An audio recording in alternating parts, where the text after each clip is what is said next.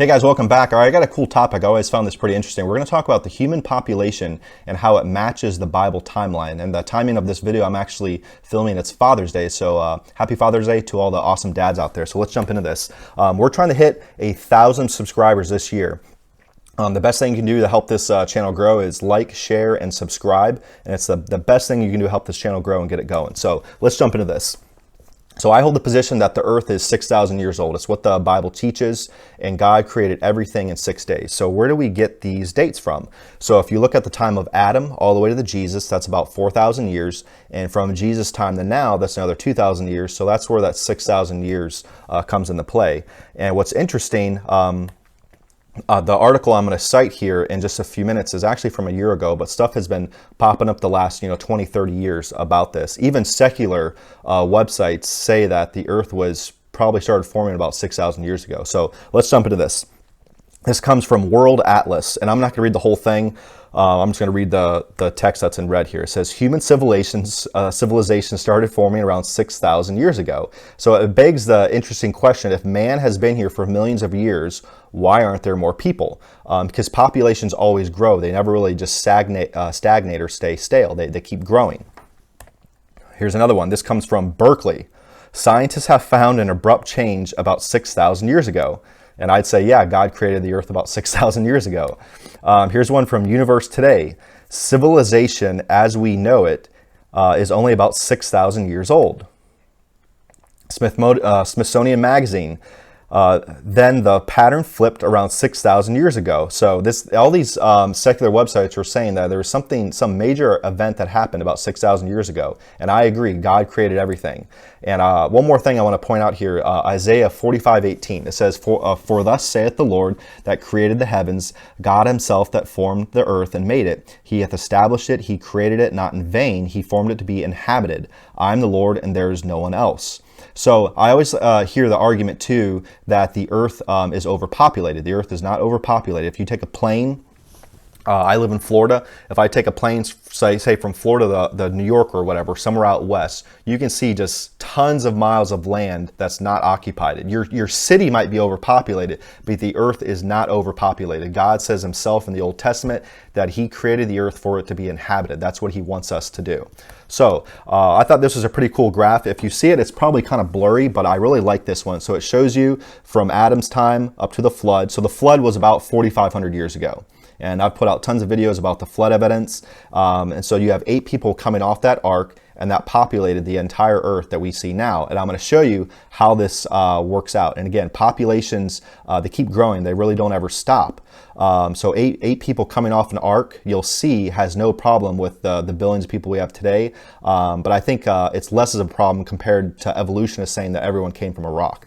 So let's jump into this. Population growth matches Bible and DNA clock.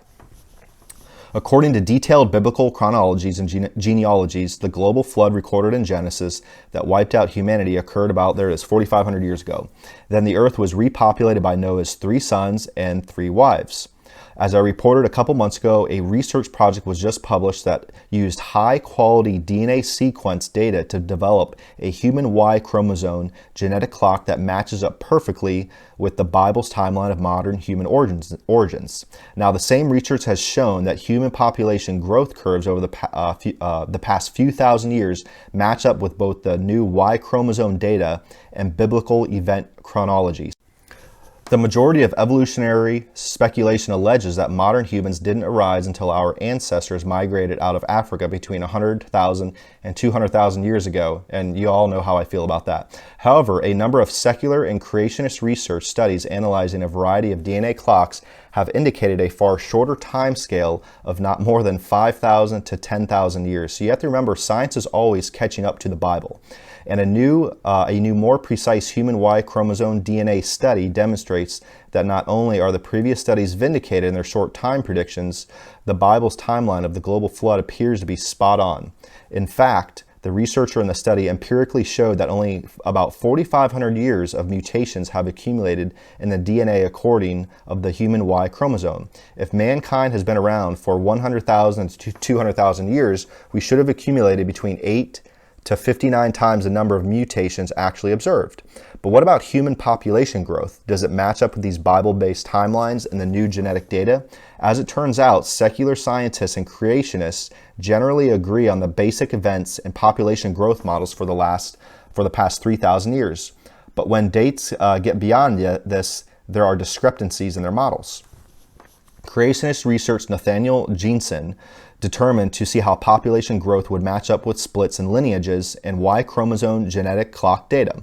This was possible because this type of genetic data can be analyzed in a tree-like structure. Along this line of reasoning, a biblical timescale predicts that the last 4,500 years of population growth should be reflected in the branching events of human lineages and the Y chromosome tree data. Now, just in the lineages represented in the tips of the tree, and quite interestingly, the population growth and Y chromosome data also appear to fit well with specific shifts in population structure in ancient history, such as the global famine described during the Bible patriarch Joseph's life as a ruler in Egypt. As described in the later chapters of Genesis, a global famine would dramatically stunt population growth and be detected in genetic branch analysis. That's interesting. I actually read that a few times, and that was really interesting.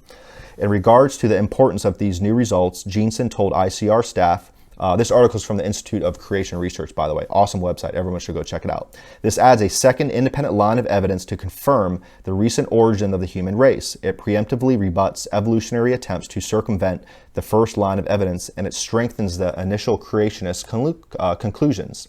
In summarizing, the key challenge this new research presents to the secular science community, Jeanson stated, it's been interesting to watch the evolutionists react to these new findings, or I should say fail to react to them.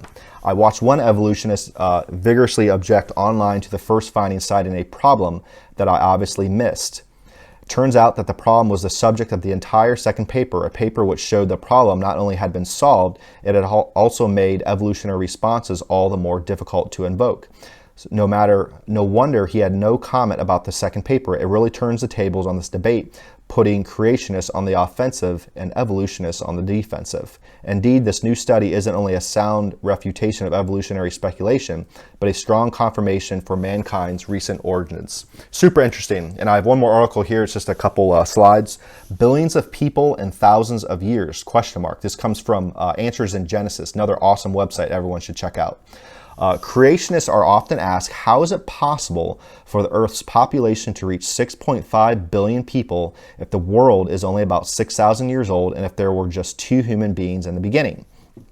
Here's what a little bit of simple arithmetic shows us. 1 plus 1 equals billions. Let us start in the beginning with 1 male and 1 female. Now let us assume that they marry and have children, and their children marry and have children, and so on. And let us assume that the population doubles every 150 years. This is very conservative, by the way. Therefore, after 150 years, there will be 4 people. After another 150 years, there will be 8 people. After another 150 years, there will be 16 people, and so on. It should be noted that the growth rate is actually very conservative. In reality, even with disease, famines, and natural disasters, the world population currently doubles every 40 years. That's interesting. I'll have to go back to that chart and look at it. And that original chart I gave you, you can actually just Google human population chart, and you'll see all the charts are pretty similar, saying that about 45 to 5,000 years ago, you could see how the population dropped off, and it started growing as soon as Noah and the family came off the ark. After 32 doublings, which is only 4,800 years, the world population would have reached almost 8.6 billion. That's 2 billion more than the current population of 6.5 billion people. And again, this article is a while back, so at this time there's obviously more people, but you get kind of what's happening here. That's 2 billion more than the current population of 6.5 billion people, which was recorded by the U.S. Census Bureau on March 1st, 2006. This simple calculation shows that starting with Adam and Eve and assuming the conservative growth rate previously mentioned, the current population can be reached well within 6,000 years. Super interesting. A lot of people don't talk about this stuff, but I always love hearing stuff like this. And to me, it makes sense. But go, do more research. I don't want to, teach you what the think or believe. I want you to just look at all sources collectively. That's what I do. I always look at the evolutionary standpoint. I look at the creationist standpoint, and I just try to think what makes the most sense. So you determine that. A lot of people talk about this, so I just like to throw that out there. there and you do your research. So if you've made it this far, maybe there's a reason you're here right now to watch this video. Nothing else in this video is important as what I'm about to tell you right here. This is Romans 10, 9, and 10. This is how you become a Christian, you become saved so you can be with Jesus in heaven. I love the scripture. It says that if thou shalt confess with thy mouth, so you got to say it out loud, that Lord Jesus, and shalt believe in thine heart, you got to believe as well, that God hath raised him from the dead, thou shalt be saved. For with the heart man believeth unto righteousness, and with the mouth confession is made unto salvation. So all you have to do, it's super simple. You can say it out loud. You don't even need me to do this. God makes it super simple. All you got to do is say, hey, Jesus, I'm a sinner. I believe you died for my sins on the cross. I want you to come into my life and take over, and I want to be with you in heaven. I believe in your birth, the crucifixion, the resurrection, and Lord, just come into my life, take over, show me what to do, and do your will. I trust in you, and I want to be with you in heaven. That's all you have to do. Super simple. It doesn't have to be the exact phrase. It's something very similar, and that's it. So we put out videos every week, and then if this is your first time here or been here multiple times, like, share, subscribe. It's the best thing you can do to get this channel to grow, and then we'll see you guys next week. Thanks for watching.